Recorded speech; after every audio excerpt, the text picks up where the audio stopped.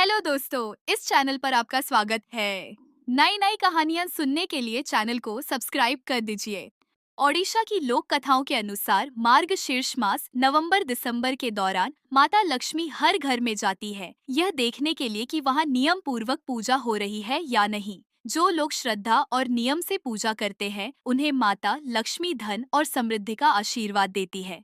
प्राचीन समय में समाज में जातिगत भेदभाव बहुत था। कुछ जातियों को समाज से बाहर कर दिया गया था। ऐसी ही एक जाति थी चांडाल। इन्हें सबसे नीच और अछूत माना जाता था। इसी चांडाल समुदाय की एक महिला थी, श्रिया चांडालुनी, जो बहुत भक्त थी। उन्होंने विधि पूर्वक लक्ष्मी पूजा की। माता लक्ष्मी उनकी भक्ति से प्रसन्न हुई और उन्हें आशीर्वाद देने के लिए उनके घर पहुंची। उसी समय भगवान बलराम और भगवान जगन्नाथ राज्य भ्रमण पर थे। उन्होंने देखा कि माता लक्ष्मी चांडाल समुदाय के क्षेत्र में प्रवेश कर रही है। यह देखकर बलराम अत्यंत क्रोधित हो गए। उन्होंने इसे अशुद्ध क्षेत्र मानते हुए लक्ष्मी जी के मंदिर में प्रवेश पर रोक लगाने को कहा।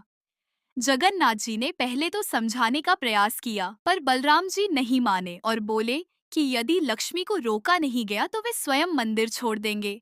जगन्नाथ जी अपने बड़े भाई की बात नहीं टाल सके और उन्होंने माता लक्ष्मी से कहे कि अब उन्हें मंदिर में प्रवेश की अनुमति नहीं है। यह सुनकर लक्ष्मी जी अत्यंत दुखी और आहत हुई।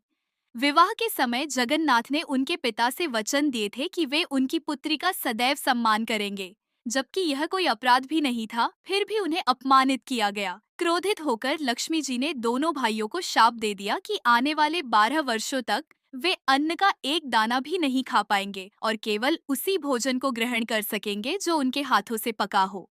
इतना कहकर वे मंदिर छोड़कर चली गई। जैसे ही लक्ष्मी जी गई, मंदिर का सारा भंडार और अन्न समाप्त हो गया। अगली सुबह बलराम और जगन्नाथ नाश्ते की प्रतीक्षा कर रहे थे, पर कुछ भी नहीं आया। जब देखा कि रसोई में कोई नहीं है और सारे बर्तन टूटे हुए हैं, तो खुद ही खाना बनाने का प्रयास किया, लेकिन लकड़ियों में आग ही नहीं लगी, भंडार में भी कुछ नहीं मिला। बिल्कुल भूख से व्याकुल होकर दोनों भाई ब्राह्मण का वेश बनाकर भिक्षा मांगने निकल पड़े। लेकिन लक्ष्मी जी के शाप के कारण उनका रूप बदल चुका था। किसी ने उन्हें कुछ नहीं दिया, कुछ लोगों ने तो उन्हें दरवाजे पर खड़ा भी नहीं होने दिया। सूर्य देव ने लक्ष्मी जी के आदेश पर गर्मी बढ़ा दी थी।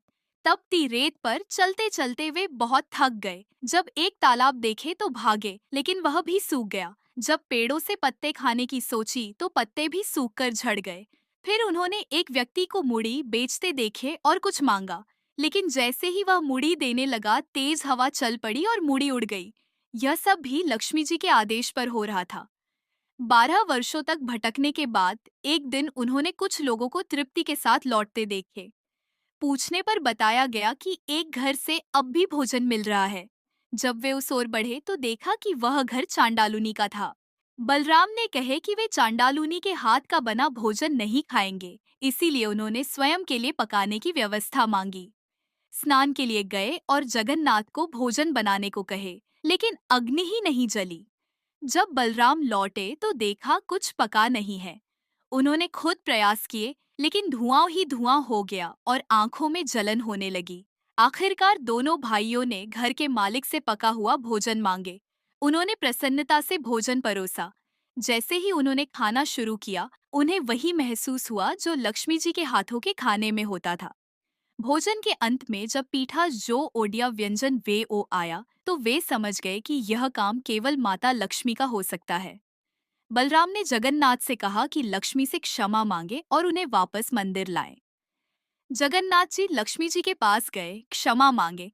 लक्ष्मी जी ने उन्हें क्षमा कर दिए, लेकिन एक वचन लिए कि आगे से किसी भी जाति के साथ भेदभाव नहीं किया जाएगा।